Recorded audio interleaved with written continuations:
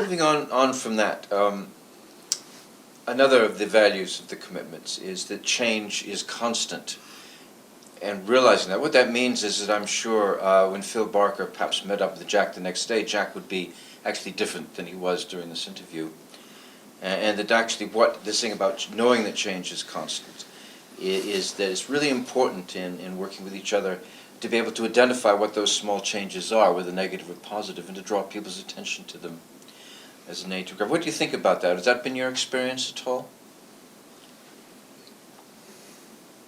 I wondered with the scaling exercise he used, whether that was actually a procedure to actually measure the change, and also because I come across that as a GP in terms of my depression, and he felt it's very important to monitor yourself how you were changing. So I thought that's quite good the way that was brought in relating to this question, how to become more aware of what was happening to you. So it's about being really observant, isn't it, with other people and noticing things.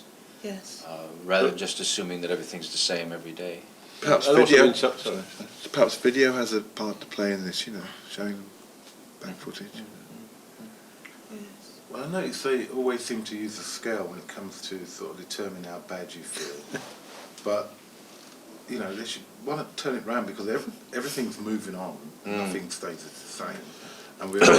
And then it should be a scale of how good you feel and how would you feel better, because I noticed that he was giving 10 to the score when he was talking about the radiation, but then what led him to the radiation was sort of 7s, and I thought, well, surely they should be just as high.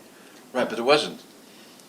Just being curious about that, isn't it? Why is that? Yeah, well, I was curious all the way through that, because the radiation bit went to 10, but everything else, which I thought got him detained, he was putting it as a 7.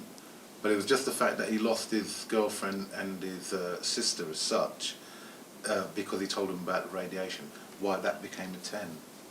We don't actually know why he was detained, do we? That's the thing. No. Why was he detained?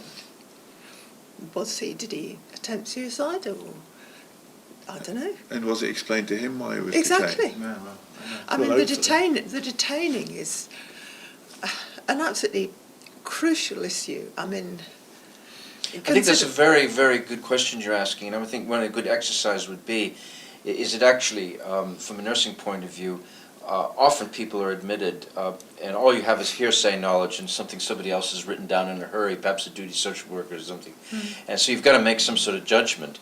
And here we are with this thing. I mean, I think it'd be interesting to just wonder, in the light of the presentation we had,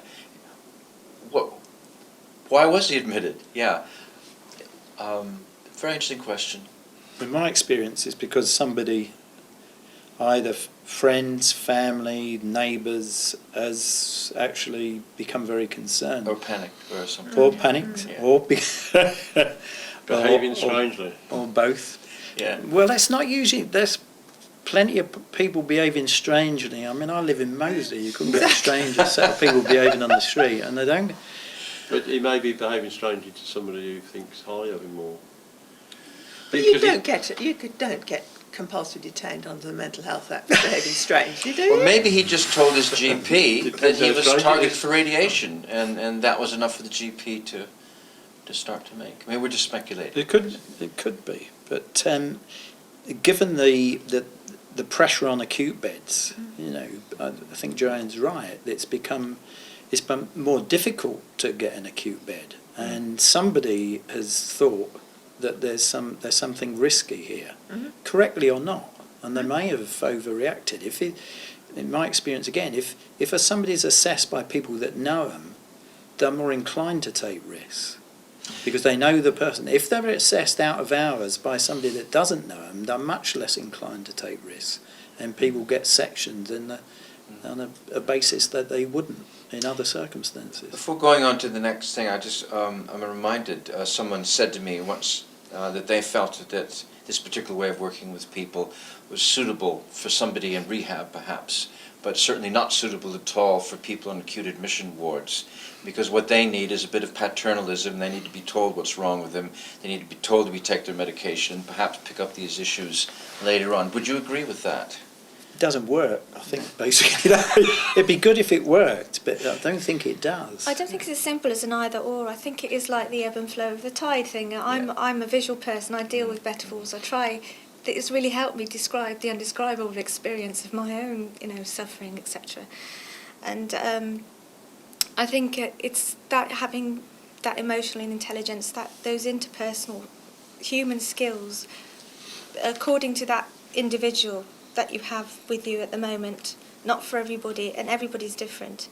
And to say, well, yeah, I might need to be a bit prescriptive or directive here, just to show them the way, because they may have been lost the way, just to reassure, really, because everybody, whether we like it or not, have been brought up on the medical model, and that has a sort of historical reassurance in a way. But then we soon see through that, and then to have that give and take, I think it gives us some sense of hope that we will be able to be empowered one day and eventually, get back in control of our lives. So perhaps somebody being willing to come in, and that more paternalistic or maternalistic approach can actually be a lifesaver for some people for a short period of time. Yeah. Exactly. But then there's the issue of Mm. re-engaging, claiming one's life again. Yeah. When you're ready. Yeah, I think perhaps an older person, or not necessarily an older person, but somebody would it'd be reassuring to actually be treated in that traditional paternalistic way initially in coming into hospital. So I don't know. Well, you could be right. Maybe wrong. Where's my thinking? 5 people suffering depression. All 5 people have the same treatment. Only one may react to a way.